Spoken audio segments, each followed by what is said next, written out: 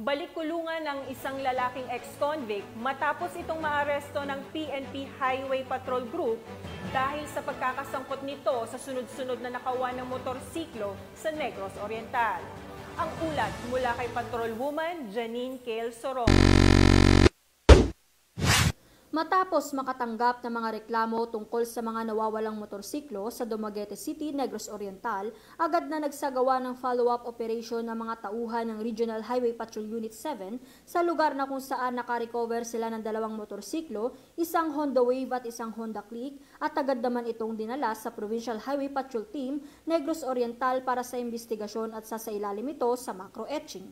Naaresto naman ang isang suspect na si alias Kulot, 18 taong gulang. Ang mga motorsiklo ay nabibilang sa mga stolen while park unattended o SWAPO, na kung saan ito ang ginagawang modus ng nasabing suspect at tinatangay nito ang mga motorsiklo habang nakapark ang mga ito at walang nakakapansin sa kanya.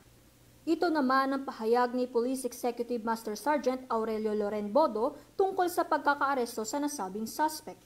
Noong nakaraang buwan po ng July, nagkaroon po ng sunod-sunod na nakawan ng motorsiklo sa Negros Oriental. Una pong nawala ay isang Honda Wave noong July 22, 2024, isang Honda Click noong July 2025 sa Barangay Baumpandan, Dumaguete City, and noong July 29 po dito po sa Dumaguete City ulit. So after po niyan, nag-conduct po tayo ng series of follow-up operation and thorough investigation sa mga kasong ito, intel information gathering, na pag-alaman po natin na ang suspect po dito ay isang dati na po nating nahuli. Subalit nung panahon na yon siya po ay isang minor pa.